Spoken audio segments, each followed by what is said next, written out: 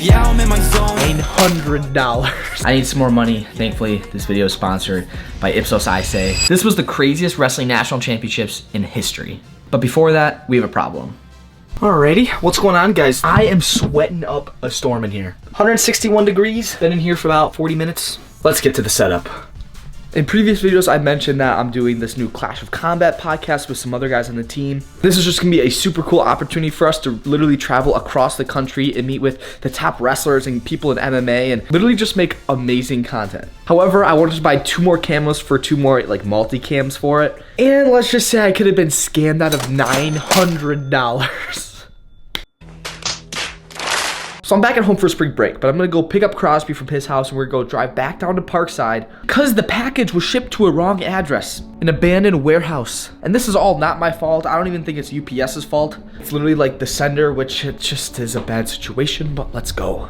An hour into the trip, we are 2 minutes out. We're gonna see if this camera is here or not, and you can see, oh. Oh, we found where it is, I think. U-line. Oh dude, there's literally a loading dock. Let's go scavenger and see if we can find this package. Dude, it's like not like there's like a front office. It's literally just a warehouse. There's no way the package is even anywhere, dude. Unless it's in there. Unless it's in here. Like, dude, there's giant boxes in there. Yeah, but okay, what are the odds we're just gonna find the box? Look, there's this dude behind us just at like... Well, long story short with the camera, I'm pretty sure we're scammed. So unfortunately, when we got to this big U-line center, it's literally a cardboard manufacturer distribution center. And yeah, it's definitely lost. I'm down $900. I need some more money. Thankfully, this video is sponsored by Ipsos Ice. Being a college athlete is busy, and when I'm trying to make some extra money, usually I tend to fall back on doing surveys. Thankfully, this video is brought to you by Ipsos Ice. Ipsos Ice has helped me save money by using their rewards instead of using my hard-earned cash. This community rewards your opinion as what you say in fact does make a difference. You can take part in research and answer some simple questions to earn your rewards. The surveys are easy and fun to do, and they are even tailored to your own personal interests, so really they will never get boring. You can get gift cards to your favorite places like Amazon, Starbucks, Dunkin'. You can win so many, but my personal favorite is just a simple transfer to my PayPal account. This is a great way to utilize your free time, and you can do this wherever you want. So go click the link in my description to start earning rewards with Ipsos Ice today. But I think this has been the most craziest like wrestling tournament ever in Division 1. When you got a guy who's gonna be a 4-time national champ to fall in the semifinals, and for that guy to not win it, that's crazy. There were so many crazy storylines, but I mean, there's no better place to start at 125. So Pat Glory wins the title, and from Princeton, I think he was like what, their first champion over 50 years. So pretty crazy. I was really happy for him to win because he was always a guy, like he remained undefeated, so he could potentially win the Hodge. He beat Matt Ramos in the finals, who if you guys know, Matt Ramos was the one who shocked the world and pinned Spencer Lee in, the last second of the match. And I mean, just a crazy match, but we're kind of focused here on Pat Glory being the champ. Princeton has a really good like media team, and I can't wait to see what video they're gonna make, for like Pat Glory. And I know they got, another All-American in there too. But there's been a lot of discussion about, Spencer losing and everything. Just kind of how he also didn't finish the tournament. He kind of, didn't wrestle back for 3rd. And a lot of people said, I could have seen that coming. A lot of people were like, why didn't he just wrestle? Aren't excuses are for wusses? So there's a lot of different things. I would love to know your guys' opinion about this whole situation. But bumping up to 133 pounds, just how crazy this tournament was, RBY did not win a title. This would have been his 3rd national title, and no, it was not against Dayton Fix. We are talking Vito Araujo ran the gauntlet and beat Dayton Fix and then RBY, and he looked absolutely insane. Like the quickness of this guy, like usually we all think of speed and quickness as RBY. Like he's the fastest guy, he's the top guy at 133, but Vito proved himself like that he is gonna be like dangerous, like in like the whole world of wrestling. His goal was never to win a national title. He even said that, and his goal is to win Olympic gold. Now his dad Vogar was a 2-time world champion, and he actually came to coach Askren for about like a week. And I remember when Vogar was there, he's got like this thick, like heavy Groot accent. It's kind of funny, but I mean Vito just kind of shows how like his dominance. I mean Dayton Fix, that's a top guy in freestyle.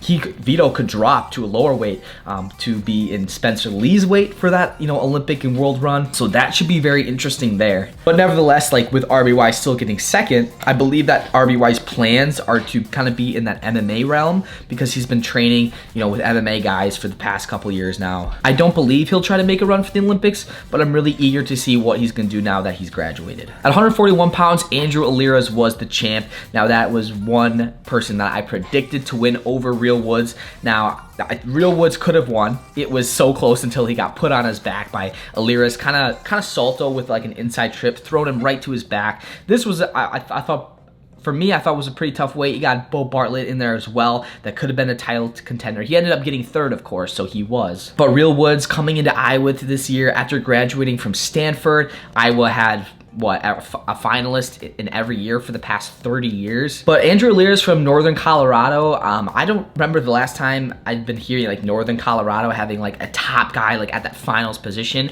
But just to see him win, he had a really good motivating speech at the end. But that match was a good watch, especially with that throw. Could have gone either way, but it happened in Aliras' favor. At 149, this was Yanni's chance to be a 4-time Division I national champ, which is crazy. He beat Sammy Sasso in the finals, and Yanni had a lot of close matches leading up to the finals. For instance, in his match with Max Murin, he literally almost got put on his back with like 5 seconds left, which would have been kind of the same situation with Spencer Lee, and I thought he wasn't gonna make the finals. But nevertheless, like champs do what champs do, and he pulls it off, goes in the finals and wrestles well, beats Sammy Sasso. Sasso has always been like that top contender, but it just seems like he could never break through to be that champ. But what was interesting is Yanni, of course, with the whole NIL, is the only current college wrestler to have his own shoe. And so from the whole Spartan Combat, like whether it's the RTC, that he has his own Spartan shoe with them, and he actually wore the purple colorway in there, so that was great marketing from that. I can't wait to see how many shoes he actually sells with that. But kudos to Yanni, he's the 5th ever 4-time national champ. At 157, Austin O'Connor won his 2nd national title. Now, he did not win in the previous year, but he did win the year before. Now, his goal, he said in this interview afterwards that he did plan on being a 4-time national champ, but sometimes, of course, life happens and you don't win first all the time. But he beats true freshman from Penn State, Levi Haynes, pretty dominantly. Like, he literally just rode him, like, he rode the life out of him. And that ride, we call it the Penn State ride, when he kind of trip over the ankle. And he just did that to perfection. I wonder if the refs are soon going to call that stalling, because it is just kind of sitting on the ankle and just dragging him down. We'll see. But I mean, he won. He's the champ. And Levi Haynes just had a tournament out of his mind, I think, too. But I just don't think that we all know like how good that guy can actually be. Now, David Taylor actually just put out recently that he was at his M2 training center, and there were some kids wrestling in there. But Levi Haynes like walked in, and next thing you know, he was like helping like kids with wrestling, like not like just training. He's there to help. And so I thought that was pretty cool. Kudos to Levi Haynes, but he's a young stud that is going to be fully developed and be really, really good in this wrestling world. At 165, O'Toole finally pulls off the win off of David Carr. Now, he's never beat Carr this year up until the finals. This was their 3rd match, and Carr really dominated him in both. I mean, not dominated him, it was close, but it seemed like he controlled the match, all the positions, up until this finals appearance. Now, postseason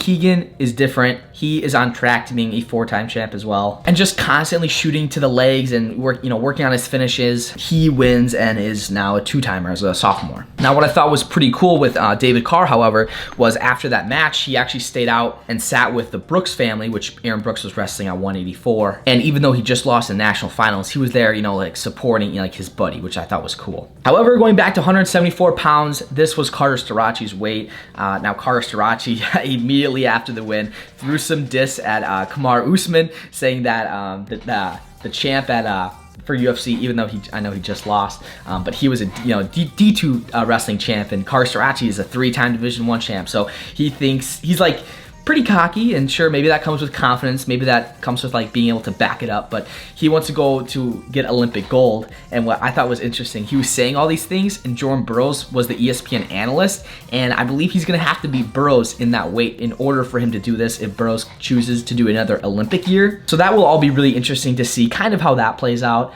But dude's good nonetheless, like 3-time champ from Penn State. Penn State knows how to win titles, and that's that. At 184, yet again, we're sticking with Penn State. Aaron Brooks makes the finals, as well as Parker Keckeisen. Now, I don't believe Keckeisen has ever beat Aaron Brooks. I think he's like maybe 0-5 or 0-6 or something like that. But I really thought that this was going to be the match that Parker beats him, but Aaron Brooks pulls out the win and is a 3-time champion as well. This was one of my favorite matches of the entire tournament. It was just constant attacks. Like, the score maybe wasn't crazy. Maybe it wasn't like 10-9, but I mean, the shots and the hand fighting, it was just heavy action the whole time. So if you guys want to see some high level wrestling that you guys should try to like replicate, go watch that 184 finals. I highly recommend that one. Going to 197 pounds, this was an inspiring story. So Nino Bonacorsi is the champion. Now, what I found out was that Nino never won a high school state title.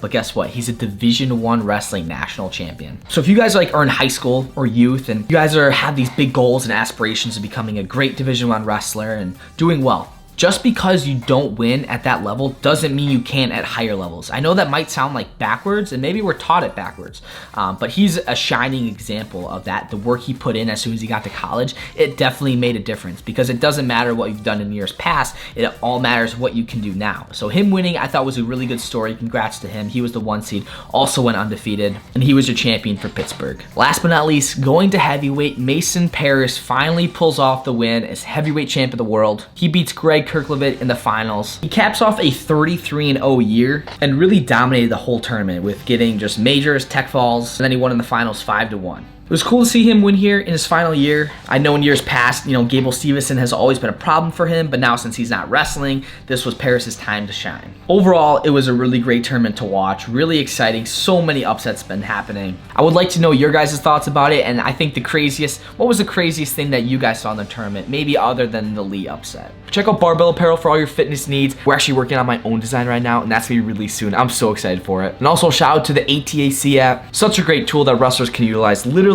in your pocket. Take out your phone, you got your own personal coach, and also you can have your video game stats like this, so compare them to mine. But thanks guys so much for watching. Shout out to the patrons who support me on the Patreon. We'll see you guys next video.